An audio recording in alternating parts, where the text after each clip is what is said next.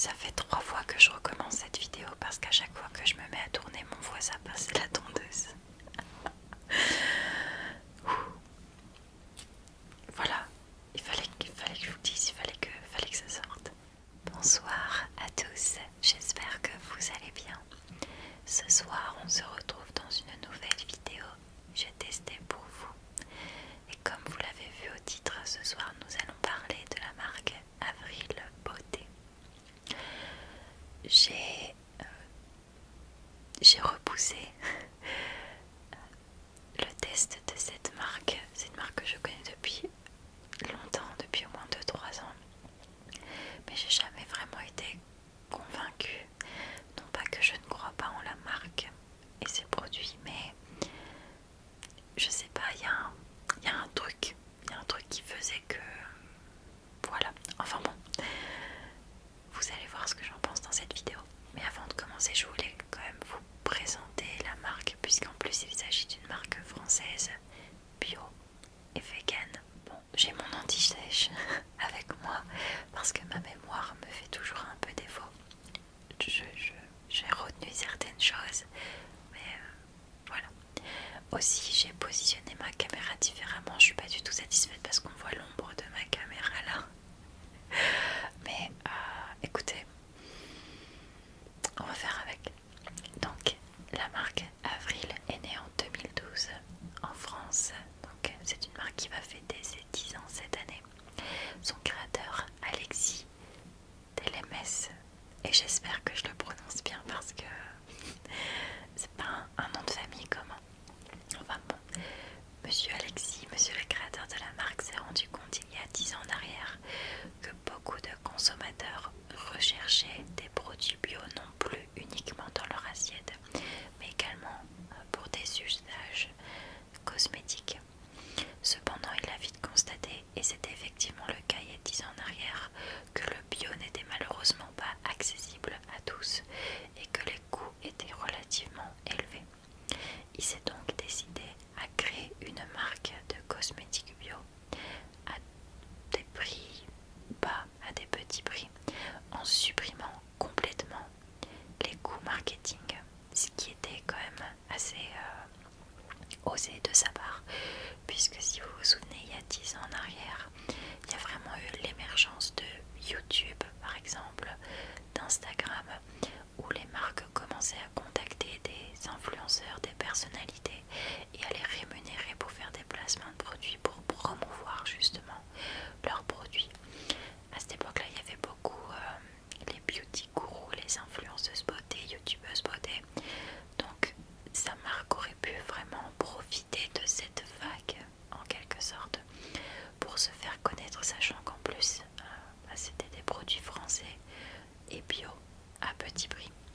Mais il en a décidé autrement. Il a supprimé les coûts marketing pour pouvoir proposer des produits de cosmétiques bio à petit prix. C'est en 2016 que la première boutique de la marque ouvre dans la ville natale de celle-ci qui est Lille.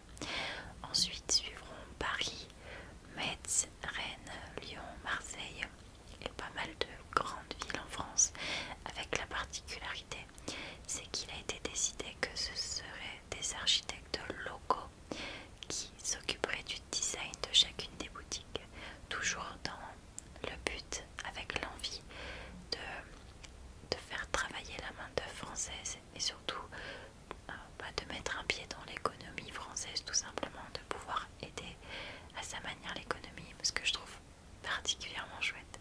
En 2019, la marque se lance comme objectif le zéro déchet et le zéro émission de CO2 pour être en phase avec tout cet engouement sur l'écologie, mais aussi à pousser encore plus les engagements de la marque à préserver la planète, à penser au futur finalement et au bien des générations futures. Comme je vous le disais, la marque fête ses 10 ans en 2022 cette année. Ça reste une marque engagée qui fait des efforts pour l'environnement. 400 produits bio et de qualité, simples, efficaces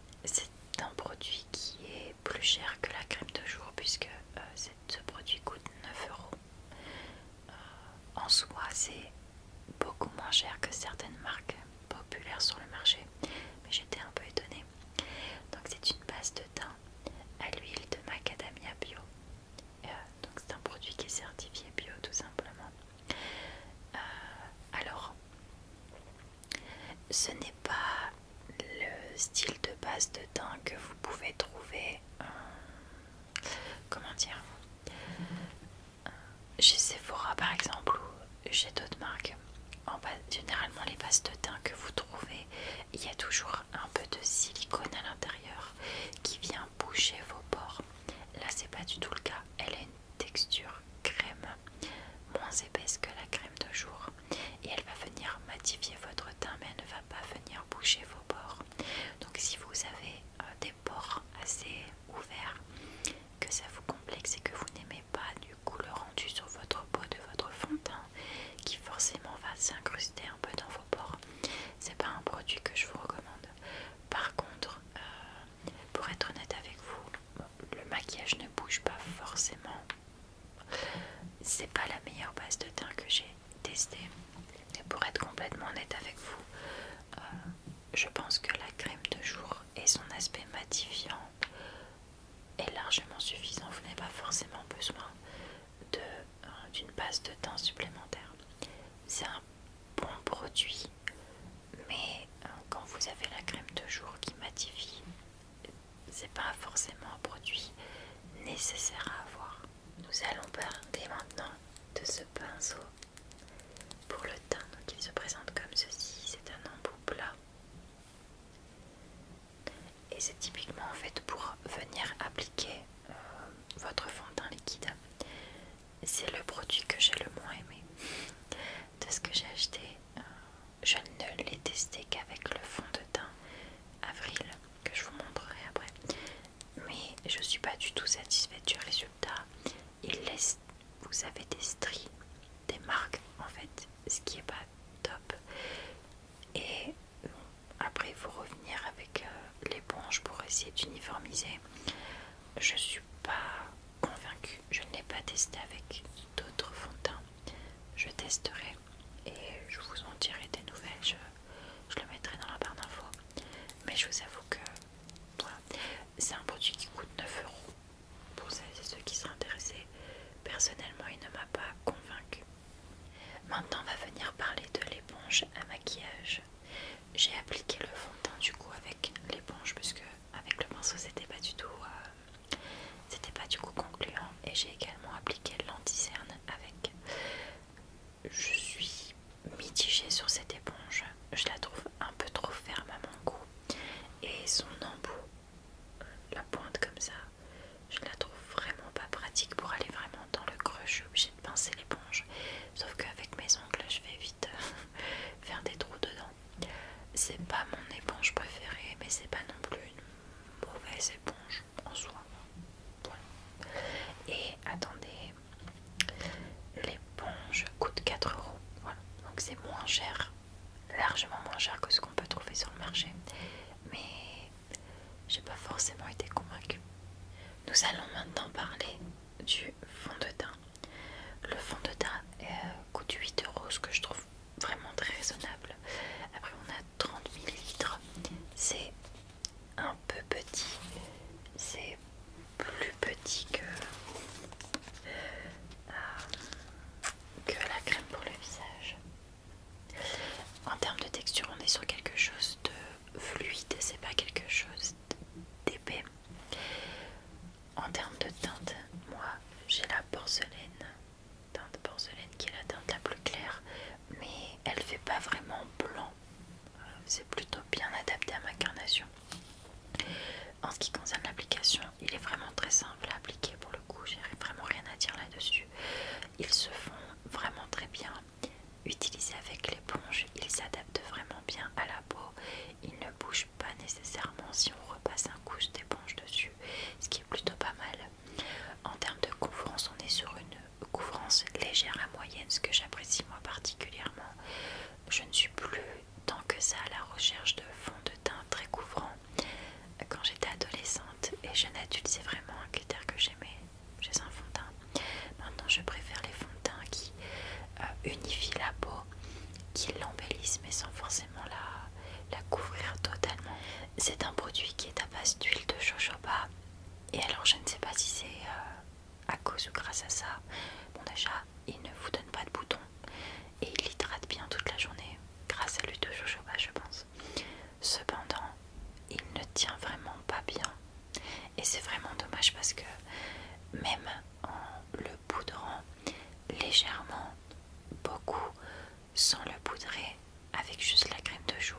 avec la crème de jour et la base à maquillage, la base de teint pardon, il ne tient pas spécialement bien honnêtement, surtout si vous avez une peau mixte à grasse, mais je pense que c'est dû à l'huile de jojoba. Cependant c'est un produit que je vais continuer à porter parce que je le trouve vraiment bien. Je regrette juste voilà qu'il ne tienne pas la longueur. Il y a vraiment des brillances assez importantes au bout de 4-5 heures. Donc si vous partez au travail à 7 heures du matin et que vous rentrez chez vous qu'à 19 heures, il va falloir prévoir un petit poudrier pour refaire quelques retouches, surtout si vous avez une peau mixte à grasse, qui est le cas de beaucoup de personnes. On va maintenant parler de l'anti-cerne. C'est dommage parce que la caméra ça rend vraiment foncé. Moi je l'ai en teinte ivoire, certifié bien encore. Ça c'est un produit que j'ai vraiment beaucoup aimé pour plusieurs raisons. Déjà on est sur un produit crème, donc pas de tube avec l'embout comme les glosses. Je trouve que c'est beaucoup plus pratique à doser et c'est beaucoup plus comment dire, facile à emporter. Voilà, ça après c'est un détail. L'anti-cerne coûte 7 euros, mais ce que j'aime beaucoup de ce produit, et après c'est vraiment personnel, d'une c'est qu'il est à ma teinte, vraiment à ma teinte. Vous pouvez le placer en dessous du fond de teint, sur le fond de teint ou alors sur peau nue, ce que j'ai déjà fait, et il passe inaperçu. Et c'est ce que j'aime bien. C'est l'un des rares anti-cernes que j'ai trouvé sur le marché qui soit à ma teinte. Généralement quand j'ai pas forcément envie de mettre du fond de teint, que j'ai juste envie de, voilà, de me donner bonne mine, je le mets au niveau de mes cernes et sur quelques-unes de mes imperfections. Un petit peu de poudre, ni vu ni connu, j'adore. Après c'est pas un produit qui est très couvrant. Si c'est un produit haute couvrance que vous recherchez, c'est pas du tout un produit qui va être adapté pour vous. Si vous n'êtes pas fan des anti-cernes en baume, en crème, encore une fois c'est pas un produit qui va être fait pour vous. Moi qui ne porte plus d'anti-cernes depuis pas mal de mois maintenant parce que j'ai été déçue vraiment, je suis contente d'avoir trouvé celui-là et je le rachèterai, c'est sûr à 100%. On va maintenant parler du pinceau à poudre. Il est vendu au prix de 11 euros. J'adore ce genre de pinceau double vie comme ça, qui prennent vraiment bien l'entièreté du visage. Il est vraiment agréable à utiliser, il est vraiment très doux. Il attrape bien la matière, il la dépose bien. Je vais pas vous mentir, j'ai pas grand chose à lui dire. C'est un bon pinceau, voilà, tout simplement. Je vais maintenant vous parler du blush qui se présente comme ceci. J'aime bien ce genre de format personnellement. C'est le rose nacré. Je le porte actuellement. À la caméra, il rend pas si rose. Mais on est vraiment sur un vieux rose avec de traits, mais alors très léger nacre à l'intérieur. Il me fait penser au blush qu'il y avait dans la palette Tarte que j'ai utilisé pas mal de fois en caméra. Vous savez, où j'avais le bronzer, le blush et l'highlighter. Je vous l'ai montré plein de fois. Je l'adore, je l'aime vraiment beaucoup. Il n'est pas trop pigmenté, mais pas non plus pas assez. Encore une fois, la caméra ça rend différemment, mais il laisse vraiment un léger côté rosé, un peu mordu par le soleil. Je sais pas si ça fait sens. En tout cas, voilà, je l'aime beaucoup. C'est pas le meilleur blush que j'ai jamais testé, on s'entend, mais c'est vraiment un bon produit et il est vendu au prix de 6 euros.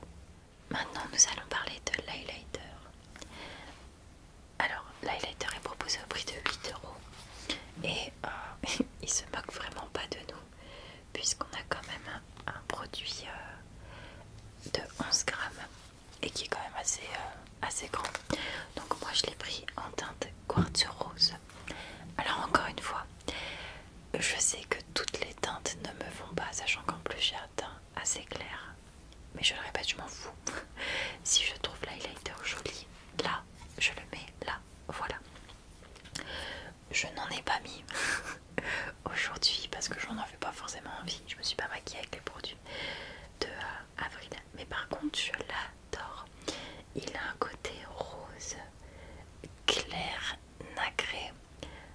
Sachant que je suis assez blanche de peau et que j'étais sous ton rosé, je trouve que ça me va bien. Après, ce n'est que mon avis. Il est vraiment très léger.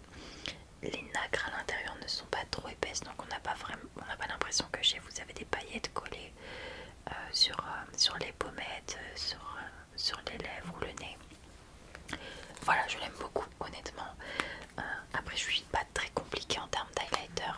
Comme j'ai dit, si la couleur est jolie dans la boîte, je la mets sur mon visage. Que ça n'aille ou pas avec ma carnation, ma couleur de cheveux ou autre, je m'en fiche. Parle maintenant de mascara. Donc, vous le savez si vous me connaissez, j'adore les mascaras. Je le répète jamais assez, mais j'ai les cils qui sont vraiment très clairs. Et quand je ne porte pas de mascara, ça me donne un effet malade, fatigué, presque comme si j'avais pas de cils. Donc je sors rarement sans un petit coup de mascara. Bon, après ça dépend ce que je fais, mais je peux ne pas faire mon teint, je m'en fiche. Un coup de mascara, c'est quelque chose que j'oublie rarement. Donc moi j'ai pris le mascara volume. Voilà, je me souviens pas s'il y avait d'autres propositions sur Beauté Privée. Sur leur site internet, il y en a bien évidemment d'autres. On est au prix de 7 €, ce qui est plutôt pas mal. Je le porte actuellement, mais vous allez voir, je vous ai fait une vidéo où je l'applique. J'aime beaucoup sa brosse. C'est assez étonnant parce que je n'ai de souvenir jamais utilisé de brosse avec cette forme là. J'étais un peu surprise au début, mais en fait elle attrape vraiment très bien les cils. Le produit est un peu épais, c'est ce qui m'a un peu inquiété au début. Je pensais que ça allait faire des pâtés, mais pas du tout. Après, le côté volume, je le vois pas forcément. Il attrape bien les cils, il est vraiment bien noir, ce que j'aime beaucoup. Il est agréable à porter, vous savez, vous n'avez pas cet effet, cette sensation de tiraillement comme si vos cils étaient collés, secs. C'est un produit que j'aime vraiment beaucoup. Pour preuve, je l'ai remis aujourd'hui alors que j'ai fait mon visage, mon maquillage avec une autre marque. Je l'aime vraiment bien. Après, ils disent que c'est un produit qu'il faut garder ouvert pas plus de 6 mois. Vu l'épaisseur du produit, j'ai peur que le produit sèche et croûte et que je n'ai pas le temps de l'utiliser dans son entièreté. Mais bon, ça on verra. Il est également certifié bio. C'est un très bon produit. Vraiment, je l'ai vraiment beaucoup aimé. Il est très agréable à porter. Il s'en va très facilement. Il ne fait pas de petites pelures, de petites peluches. Il ne coule pas durant la journée. Ouais. Très bon produit. Nous allons maintenant parler du crayon rouge à lèvres. Alors, c'est un jumbo. Moi j'appelle ça des jumbo. Voilà. Il est vendu au prix de 4 €, ce qui est plutôt pas mal. J'ai la couleur Camélia Rose. Non, c'est pas celui-là que je porte, mais voici la couleur. Alors, il est plutôt sympa, je vais pas mentir. Il est agréable à porter, c'est pas quelque chose de mat. Donc si vous recherchez un crayon matifiant, c'est vraiment pas du tout, enfin un crayon à lèvres mat, c'est vraiment pas du tout ce produit ici vers lequel vous devriez vous tourner. Après, je le trouve pas extraordinaire. Voilà, il est bien, mais il a rien d'extraordinaire comparé à d'autres marques, d'autres crayons à lèvres, d'autres jumbo. La couleur est sympa, ça tient plutôt bien, je vais pas vous mentir, mais j'ai pas été transcendée quoi. Et dernier produit, vous allez trouver ça très bête, mais c'est un produit que je cherchais à acquérir depuis au moins 1 ou 2 ans, mais à chaque fois j'étais vraiment freinée par les prix. Il s'agit d'un pinceau en silicone. Je fais très souvent des masques et des soins pour le visage et j'étais à la recherche d'un produit comme ça pour pouvoir appliquer mes masques sans devoir le faire à la main, mais surtout pour le faire uniformément. Et à chaque fois je tombais sur des prix entre 10 à 20 euros pour un pinceau comme ça et j'étais vraiment dégoûtée. Du coup bah, mes mains c'est gratuit, donc voilà. Ce pinceau là coûte 4 euros. Voilà, et j'adore l'utiliser, je trouve ça vraiment trop fun. Je suis très contente de l'avoir trouvé. Après je suis pas forcément experte. Il y a un oiseau qui vient de se réveiller là et qui est en train de chanter. Franchement le tournage de cette vidéo, c'est pas mon jour, vraiment c'est pas mon jour. Et mon ventre qui n'arrête pas de gargouiller. Écoutez, c'est ma chance, c'est tout. Enfin bref, je disais, je sais pas s'il existe un groupe d'experts en pinceau à silicone pour masque. Moi je suis contente de l'avoir. C'est un bon produit, j'imagine. Et je l'ai trouvé à 4 euros, donc pas entre 10 à 20 euros quoi. Ce qui n'a pas de sens à mon sens. Mais bon, voilà. Écoutez, c'est à peu près tout. Après avoir repoussé depuis pas mal d'années le test de cette marque, dans la majorité, en globalité, je suis vraiment satisfaite. Il y a des produits qui sont pas indispensables, il y a des produits qui sont pas transcendants, mais j'ai quand même réussi à tomber sur de bons produits, même si selon moi certains, comme par exemple le fond de teint, mériteraient une petite amélioration, parce qu'hormis le fait qu'ils ne tiennent pas bien et qu'ils brillent assez vite, c'est vraiment un super bon produit. Le mascara, j'adore. L'anti-cerne, je suis très contente de l'avoir trouvé. Il est facile à porter et il se porte aussi bien sur peau nue, en dessous du fond de teint ou au-dessus. Donc voilà, écoutez, c'est tout pour aujourd'hui. N'hésitez pas à me dire si vous avez testé cette marque, ce que vous en avez pensé et si vous êtes d'accord ou pas avec moi sur certains produits. Nous, on se retrouve